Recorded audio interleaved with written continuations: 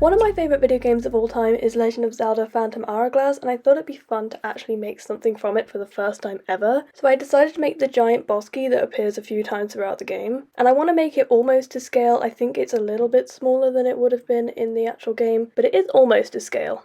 The first thing I did for this project was obviously make a giant pattern for it. This is just going to make all the pieces much easier to cut out. It also means that I won't get lost. It feels like I have kind of an order to it if I do it this way instead. I also went out and bought a giant pipe. You'll see it a little bit later on in the video. But that's actually going to go all the way through the centre of it and turn into the handle of the key as well. So this will not only give the whole thing structure, but it also means I won't have to craft something circular. So that's going to help me out a lot later on. Then I went on to cut out many layers of foam. This is 1 centimeter thick craft foam, which I got in a giant tube so I'd have enough for this project. And I basically just took my stencil and a craft knife and cut everything out very carefully. It was quite a long process, but I wanted to be extra careful with making all the shapes uniform, so when I put it all together I wouldn't have to do as much shaping on the outside. In the eye of the key there are 5 layers on each side, which as you can imagine is a lot of foam, but it's actually really light. I was quite worried about this being incredibly heavy. I'm not quite sure why, because obviously foam isn't that heavy, and it ended up being really light, very easy to carry. I may have to make a cosplay to go with this, just so I can take it to a convention. I think it'll be really fun to have out and about. Once I had everything cut out, obviously I went on to gluing it all together.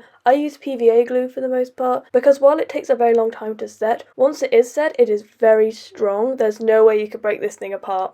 I then very carefully found the middle of the eye so I could carefully cut out a gap for the stick to go in. This is obviously so it doesn't warp around the pipe at all, and the 2 sides will lay completely flat against each other. And then I glued the pipe in, and I glued the 2 pieces together with super glue, because I didn't really want it moving around while the pipe was trying to set, and I wanted the bond to be incredibly strong, because I didn't want the pipe slipping out at all. After waiting a few days for everything to be most definitely dry, I went on to sanding down the pieces. Luckily my mum has this big proper sander, so it didn't take very long at all to do it. I could even shape the horns nicely with this thing. I thought I was going to have to use a smaller sander to do that, but it all worked out pretty well. It was quite fiddly, but once I got the hang of it, it went pretty smoothly. I then went on to prime the whole thing with white. This just makes the foam less porous, so when I put the actual colour on later, it won't all sink in. It also makes a nice base for the gold to go over later. Next I went on to the trickiest part of the project, which was wrapping the foam around the post. This would have gone quicker, but I kind of used the wrong sort of glue. I should have used a quick drying glue and I didn't, so it involved a lot of holding it down and then actually tying ribbons around it just to make sure it didn't move out of place while it dried. But it came out better than I thought it would. I thought it would come out really messy, but honestly it looks pretty good. If I was going to do this again, I'd probably find a pipe that was a bit bigger, and then I'd only have to coat it in a thin layer of foam and not this thick foam, because I think the thickness of the foam really wasn't doing me any favours. After a few more days of drying, it was time to cut a hole to put my bit in place. This is the messiest part of the project, I think. I couldn't get it to sit in properly, so it's a lot of glue holding it in, and you can kind of see it in the finished result as well, but it is homemade, so I don't think it looks terrible. Then finally I could cut down the pipe to the right size. I didn't do this initially because I wasn't quite sure how long I wanted it, obviously, so I did it when it was all finished, and then I blocked up the hole with a little circle of cardboard. Now we're on to painting. I loved painting this. It was so much fun. I was enjoying it so much. I started out with a lot of gold paint. It probably seems like I made too much, but I actually didn't. I used pretty much all the paint I made. There was a little bit left over, but that's understandable. But the reason I made so much is because I knew I wanted to do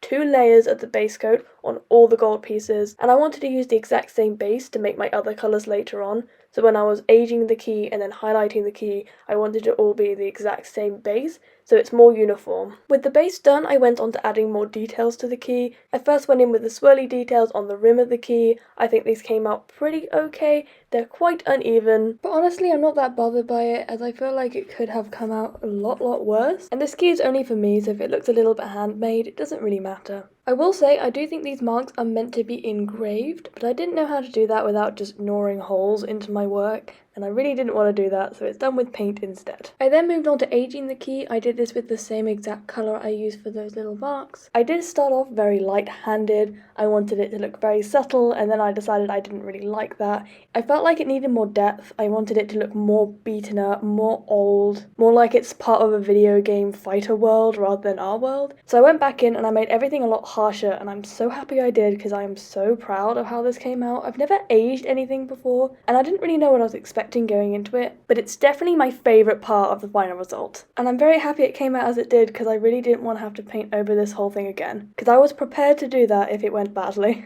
With the aging all done, of course, I went on to the highlights. For this, I used the same base gold colour and I added just straight white to it. And I pretty much only went in on the raised surfaces, so around the little divots, just to make them look like they go inwards a little bit more. And then in on all the pointed edges, so where I've cut with the knife, or where it meets the sides, things like that. And then the tops of the horns I very much highlighted, and then the end of the key, just to make those sections stand out a little bit more, and to make them more obvious when you look at it, because I feel like your eye goes straight to the eye, and I don't want those pieces fading into the background at all, because obviously the horns are very important for it to look like a monster, and it needs to look like a key, so the section where you actually use as a key needs to stand out too.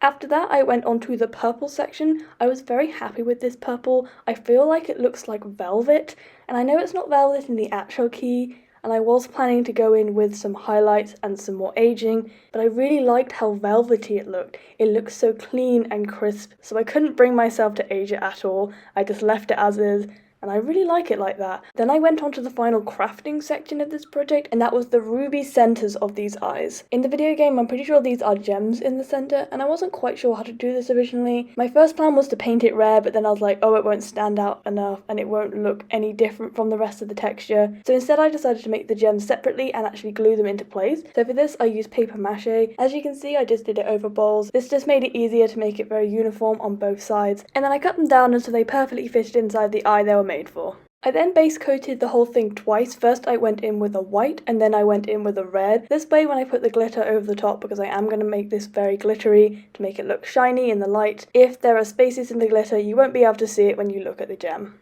And then, as I just mentioned, I went in and made the whole thing glittery. I just did a liberal layer of glue on the outside of these and covered the whole thing in glitter. Don't worry, I did it on a tray so I could pour them back into the pot after. I didn't waste a single piece of glitter. I even made sure to go in and put a top coat over the glitter. This just seals all the glitter in. It means that if I carry this anywhere, I won't be spreading glitter throughout the whole world. Then finally, after a few days of drying, I could put the eye in place and my key was finally done.